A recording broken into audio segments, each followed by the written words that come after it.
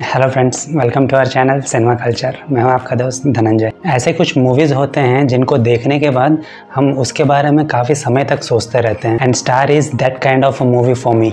And these kinds of movies are really very difficult to review, but I will definitely try to review it for you. Dada के success के बाद Kavin comes again with another movie called Star, which is directed by इलान।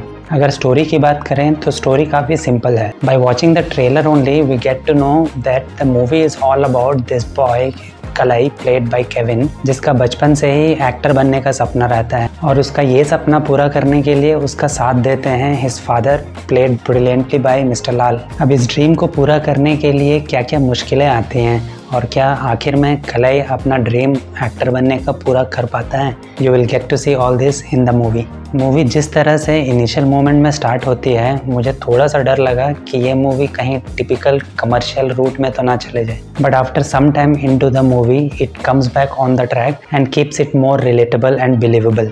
Movie का first half एक jolly ride की तरह चले जाता है, where we get to see how passionate Kalai is about becoming an actor और किस तरह उसके फादर उसका सपोर्ट हमेशा करते हैं, बट उसकी माँ को उसके इस पैशन से हमेशा डर लगता है। Director Elan has shown the bonding between the father and the son in this movie brilliantly. बावजूद इसके कि वो एक लोअर मिडिल क्लास की ज़िंदगी जी रहे हैं जहां उस फैमिली का एक एक दिन बड़ी मुश्किल से गुजारा होता है। We also get to see a romantic relationship established between Kalai and Meera played by Preethi Mukundan, जो कुछ समय के बाद कलाई से ब्रेकअप कर लेती है।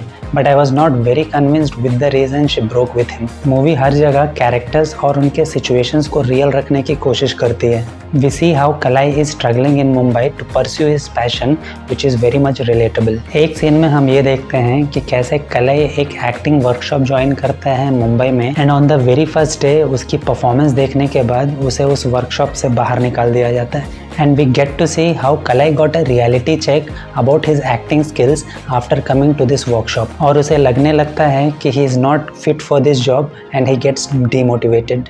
तब फिर से उसके फादर के मोटिवेशन से ही he becomes optimistic, so he starts working on his acting skills to make himself better at it. But उसके लाइफ में कुछ ऐसा ट्रेजिडी हो जाता है जिसकी वजह से उसे लगने लगता है कि अब उसका एक्टर बनने का सपना कभी पूरा नहीं हो पाएगा, and he goes into a depression. और इस सिचुएशन में हमें एक और कैरेक्टर इंट्रोड्यूस होते हुए दिखती है, वो is Surabhi played by Aditi Pohankar, जिसकी वजह से कलाई के लाइफ में कुछ अच्छा होते हुए नज़र आता है। बट वो खुशी भी कुछ ज़्यादा दिनों तक नहीं रह पाती and he reaches his rock bottom.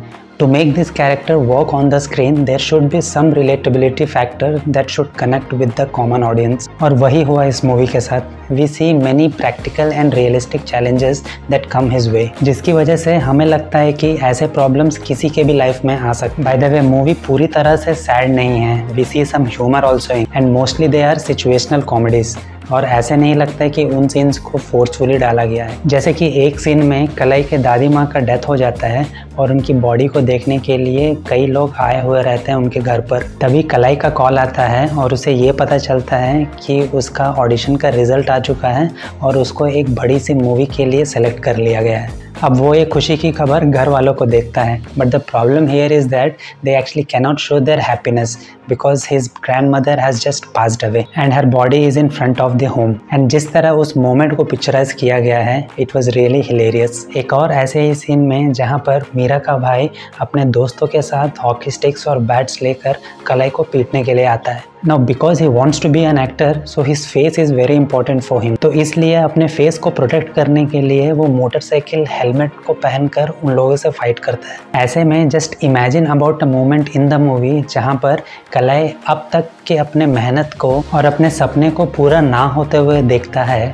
तब उसे अपना पूरा लाइफ एक बार फिर से उसके सामने फ्लैश होने लगता है। And the way director has shot this scene is really amazing. और ऐसे सीन्स पॉसिबल हो पाते हैं only because of some great actors in the movie. Geeta Kailasam as Kalai's mother is very impressive in the movie, and in some of the scenes she really stole the show. Especially वो scene जहाँ पर कलाई अपने Bombay workshop को attend करने के लिए घर में पैसा मांगता है and then she informs about the various problems that he have in his home.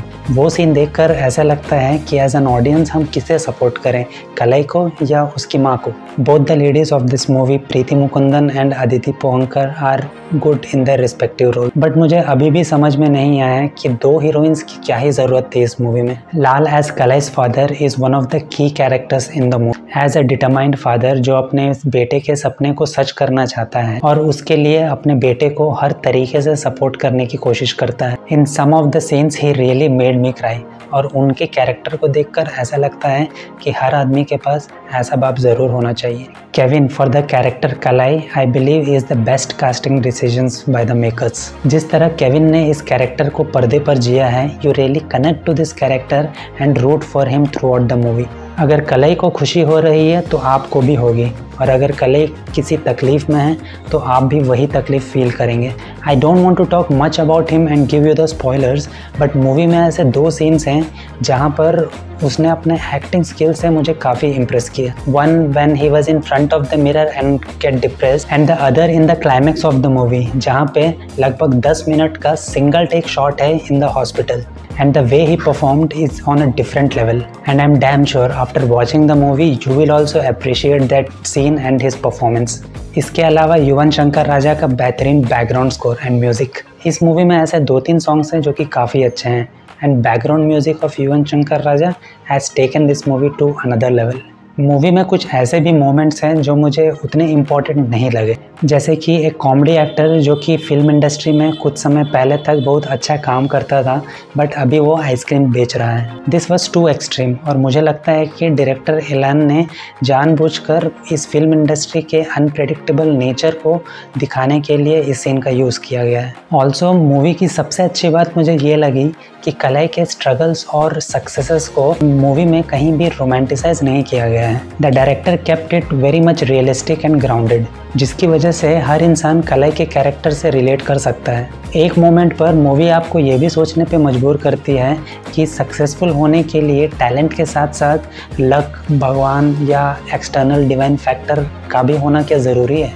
So finally what I want to say about this movie is that Star definitely एक well made movie है with a realistic approach and some great performances in it. Movie audience को इसलिए भी थोड़ी ज़्यादा connect करेगी क्योंकि in the real life the lead actor Kevin also was nobody couple of years back, but आज उसने अपने खुद की एक पहचान बना ली है इस इंडस्ट्री में। The movie also shows how patient you should be if you want to achieve your dreams, because universe always fall in love with a stubborn heart. That's all in this video. अगर आपने movie देख ली है please let me know कि आपको ये movie कैसी लगी, and if you like this review please consider giving a thumbs up, and if you really like these kinds of detailed movie reviews please consider subscribing the channel. See you in the next video. Till then, take care. Bye.